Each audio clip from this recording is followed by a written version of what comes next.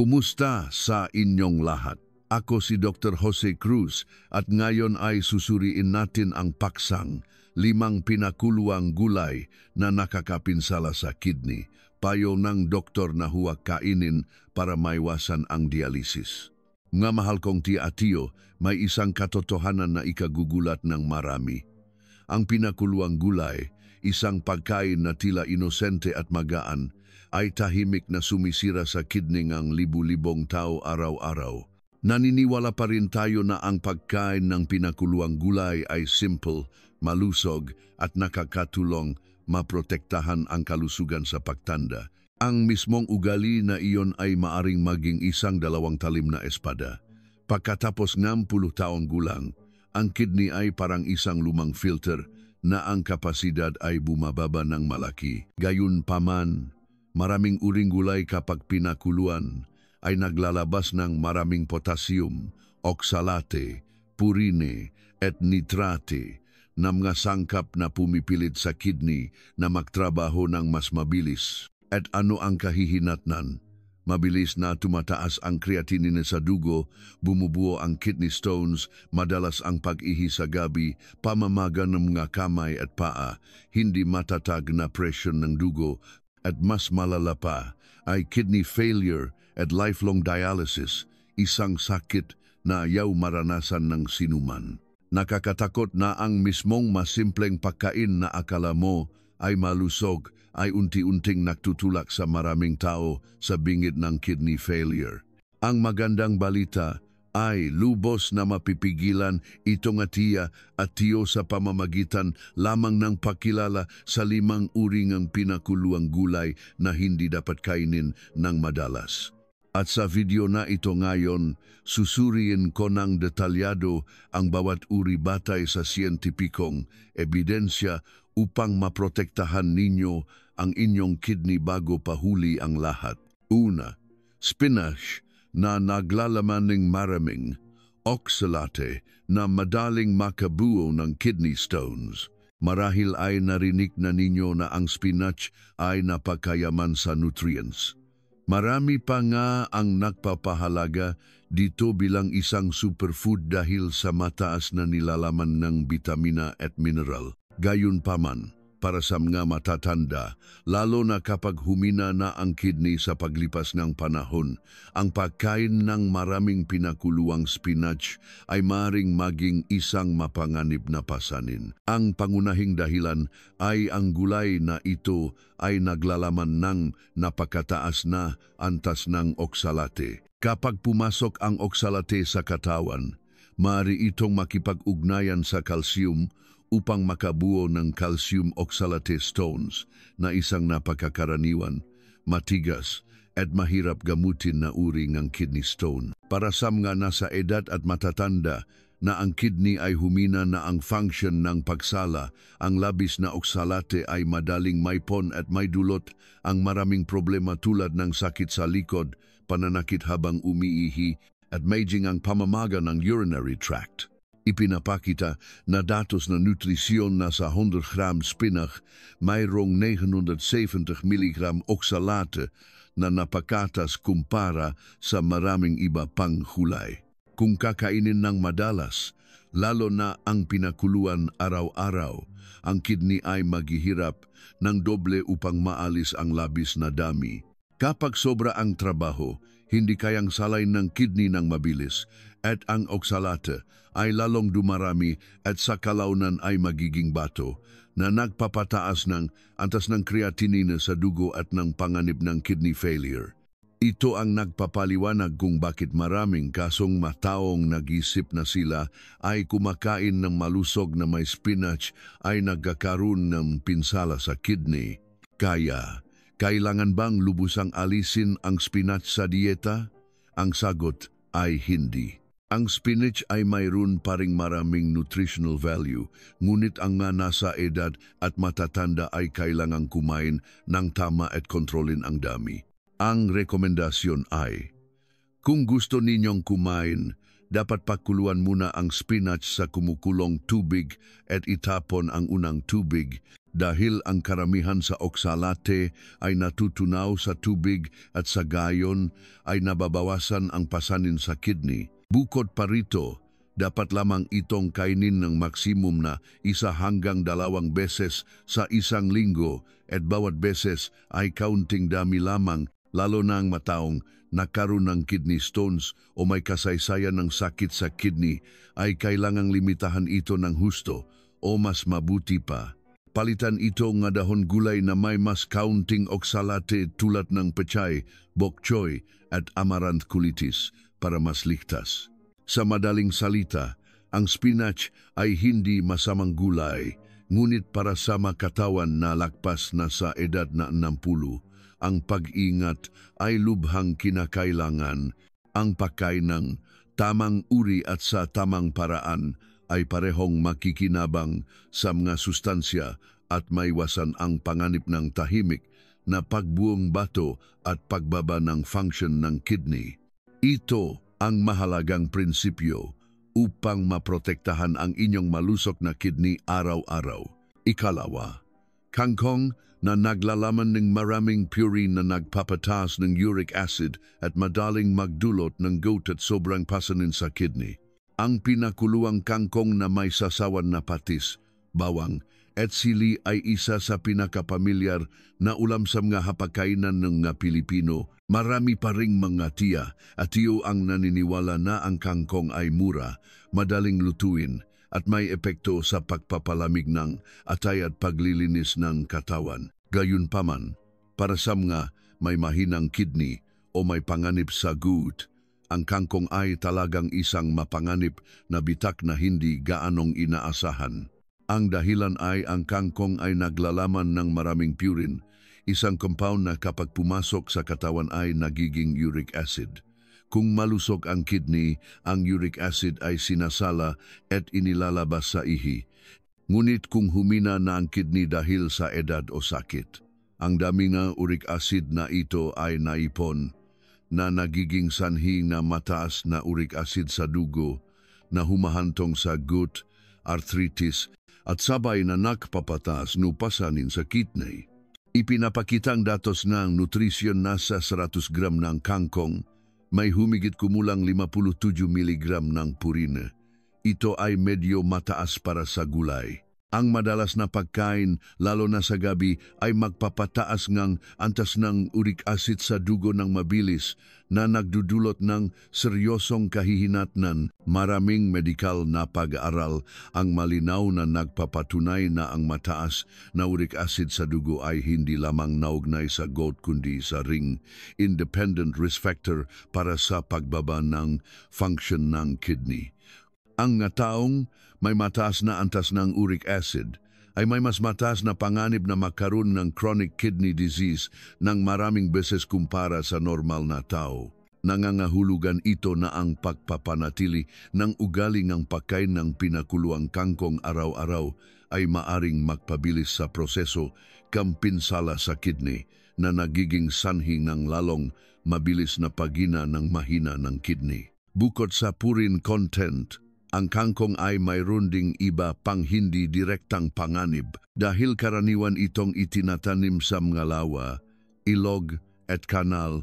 Ang kangkong ay maharing mahawahan ng heavy metals, bakterya o parasites kung hindi malinis ang pinagmulan ng tubig. Para sa mga matatanda na ang immune system ay mahina na, ang pagkain ng hindi ligtas na kangkong ay maaaring magdulot ng digestive problems, infection, at magdagdag ng pasanin sa kidney sa proseso ng pagsasala. Ang payo para sa mga tiya at tiyo ay dapat lamang kumain ng kangkong sa katamtamang dami, humigit kumulang 1 hanggang 2 beses sa isang linggo at hindi dapat gawing pang-araw-araw na pagkain. Lalo na iwasan ang pagkain sa gabi dahil ito ang oras na kailangan magpahinga ng kidney. Ang pagpasok ng purine sa katawan sa oras na ito ay magpapahirap sa kidney. Kapag niluluto, dapat pakuluan ang kangkong at itapon ang tubig. Huwag gamitin ang tubig na ito bilang sabaw dahil ang natunaw na purine sa tubig ay lalong magpapataas ng uric acid. Bukod pa rito, Pumili ng kangkong mula sa malinis na pinakmulan at hugasan itong mabuti bago lutuin upang mabawasan ang panganib ng kontaminasyon. Masasabing ang kangkong ay isang simple, pamilyar na ulam, ngunit para sa mga nasa edad 60 pataas o may sakit sa kidney, ang pagkain ng maraming kangkong ay hindi na nakakapresko kundi sa kabaliktaran ay maaring maging isang nakatagong pasanin. Ang pagkain ng kaunti, pagpili ng tamang oras, at pagluluto ng tama ang ligtas na solusyon upang maprotektahan ang pangmatagalang kalusugan. Ikatlo, kale. Mayaman sa potassium na nagdudulot ng mapanganib na hyperkalemia. Ang kale, isang uringang gulay sa kanluran, ay naging popular sa mga nakaraang taon. Marami ang nagpapahalaga dito bilang isang superfood dahil sa mataas na nilalaman ng bitamina, fiber, at antioxidants. Marami ring nga tiya at tiyo ang naniniwala na ang pagdaragdag ng kale sa kanilang dieta o paggawa pa nga ng juice at pag-inom nito tuwing umaga ay magbibigay ng malaking benepisyo sa kalusugan. Gayunpaman, kakaunti ang nakakaalam na ang kale ay isang gulay na may napakataas na nilalaman ng potassium at ito ay partikular na mapanganib para sa mga taong may kapansanan sa function ng kidney. Sa pagsusuri ng nutrisyon sa 100 gram ng sariwang kale, mayroon itong average na humigit kumulang 480 hanggang 500 miligram mo potassium, depende sa uri at paraan ng pagtatanim. Para sa mga malusog na tao, ang labis na potassium na ito ay ilalabas ng kidney sa pamamaguan ng ihi na tumutulong upang mapanatili ang electrolyte balance.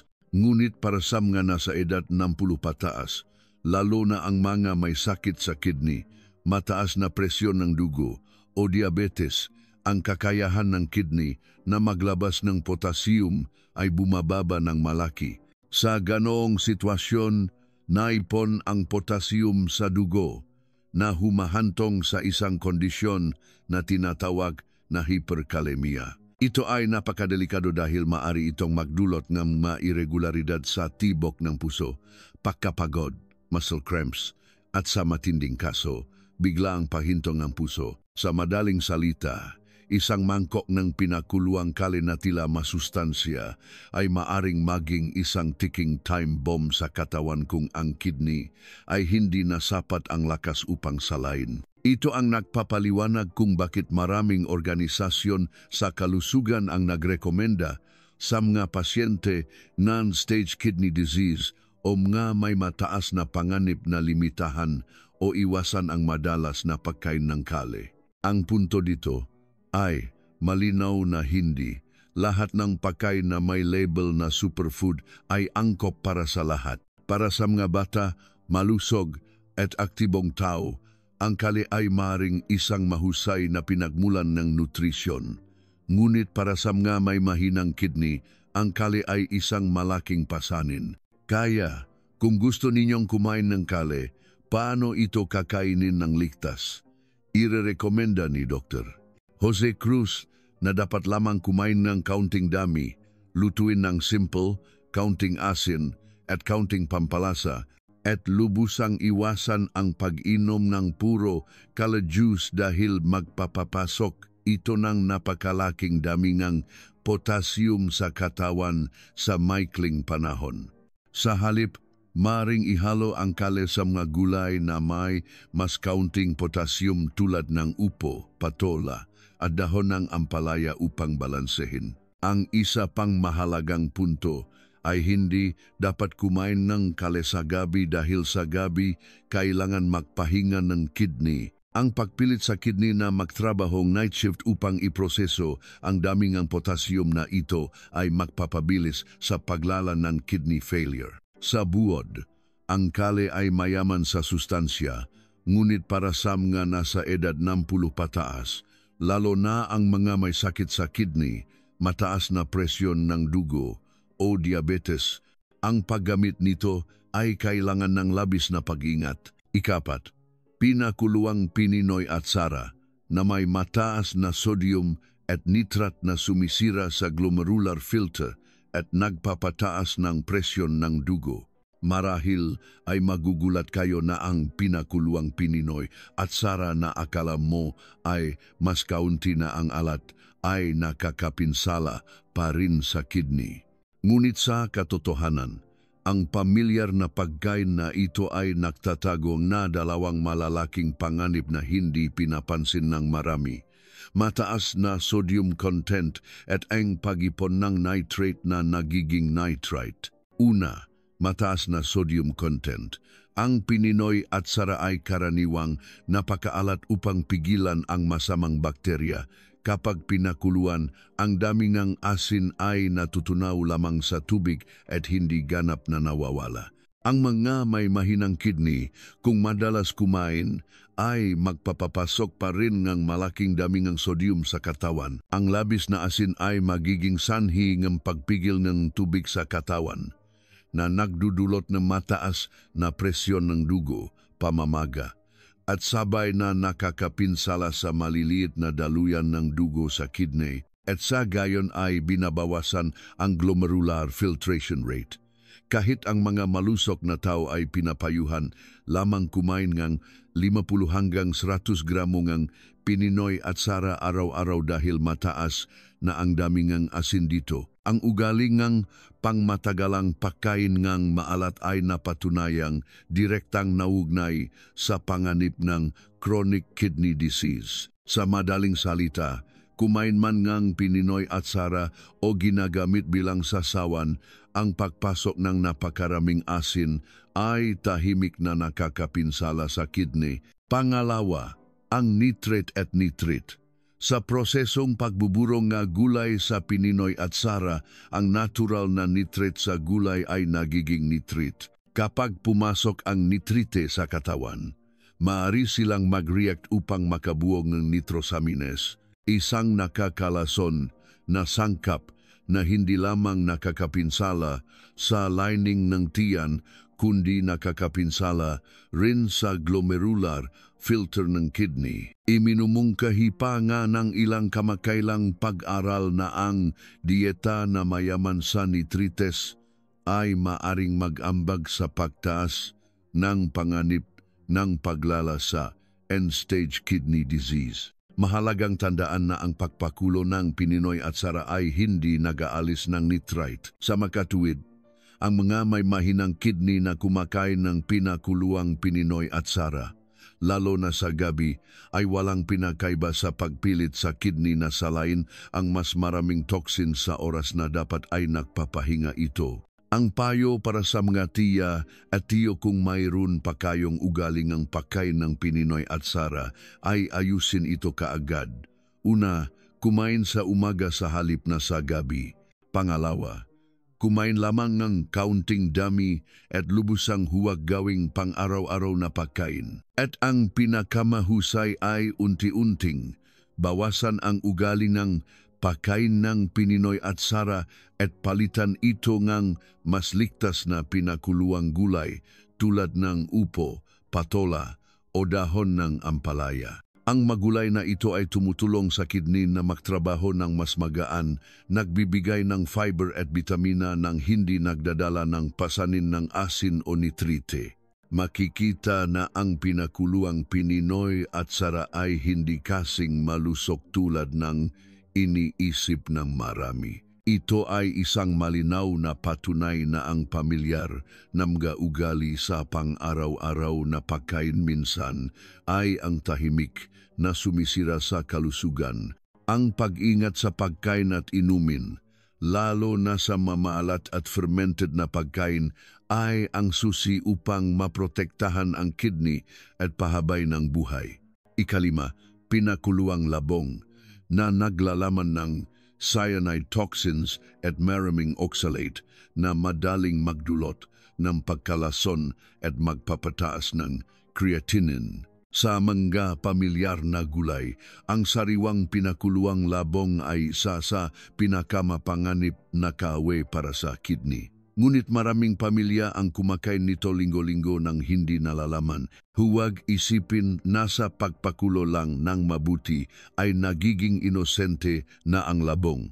Sa katunayan, kung patuloy na kakainin ang pagkain ito na tila simple, maaari nitong mabilis na pahinain ang kidney. Ang unang dahilan ay ang sariwang labong ay naglalaman ng cyanogenic glycosides o cyanide. Ito ay isang natural na glucoside na maaring maglabas na HCN, isang lubhang nakakalason na sangkap.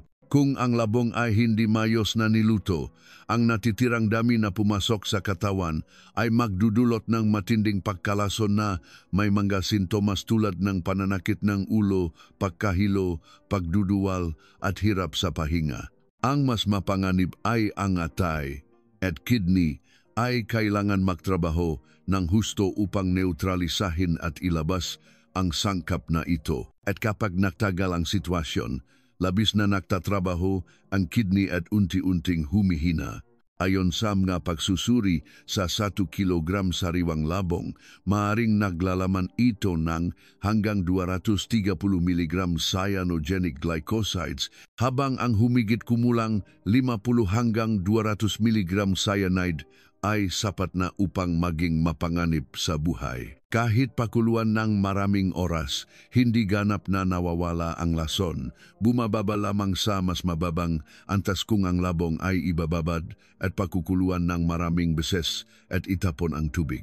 Gayunpaman, marami pa rin ang may ugali na pakuluan lamang ng bahagya at agad na gamitin. Mayroon pa ngang uminom ngang pinagpakuluan ng labong at hindi sinasadyang nagpapapasok ng lason na ito ng direkta sa katawan na nagdadagdag ng pasanin sa kidney. Ang ikalawang dahilan ay ang labong ay napakayaman sa oksalate. Ang nilalaman ng oksalate sa pinakuluang labong ay karaniwang pinakamataas sa lahat ng gulay. Kapag pumasok ang oksalate sa katawan, makikipag-ugnayan ito sa calcium upang makabuong ng calcium oxalate stones, isang karaniwan, mahirap gamutin at madaling bumalik na uring bato. Para sa mga matatanda na ang kidney ay humina na ang filtering capacity, ang pagkain ng maraming labong ay walang pinakaiba sa pagbuhos ng buhangin at bato sa isang lumang water filter. Ang resulta ay mas mabilis na pagbuong bato, tumataas na antas ng creatinine sa dugo, at malinaw na pagbaba ng function ng kidney. Bukod pa rito, ang labong ay karaniwang inaasinan o inasim para mapreserba na nagpapataas ng nilalaman ng asin at nitrate na lalong nakakapinsala sa kidney kung madalas kainin. Ang mahalagang payo ay hindi kailangang lubusang alisin ang sariwang labong sa menu, ngunit kailangan ng labis na pag-iingat. Kung kakainin, kailangan ibabad ng mabuti ang labong sa loob ng maraming oras, pakuluan at itapon ang tubig ng 2 hanggang 3 beses bago lutuin, at lubusang huwag inumin ang pinagpakuluan ng labong o gamitin ang pinagbabaran ng labong sa pagluluto. Dapat lamang itong ituring bilang isang pampagana na kinakain minsan sa loob ng ilang buwan.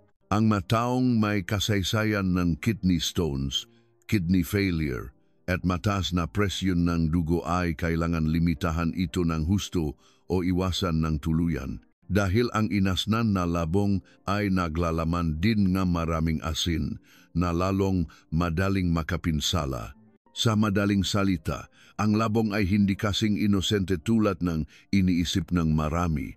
Maaari itong magbigay ng masarap na lasa at magdagdag ng fiber, ngunit kung kinakain sa maling paraan, ito ay maring maging sanhi ng mabilis na paghina ng kidney. Para sa kalusugan sa pagtanda na pagod na ang kidney, ang bawat pagkain ay nangangailangan ng matalinong pagpili upang maiwasan ang paggawa ng simple at pamilyar na pagkain na maging mapanganib na pasanin.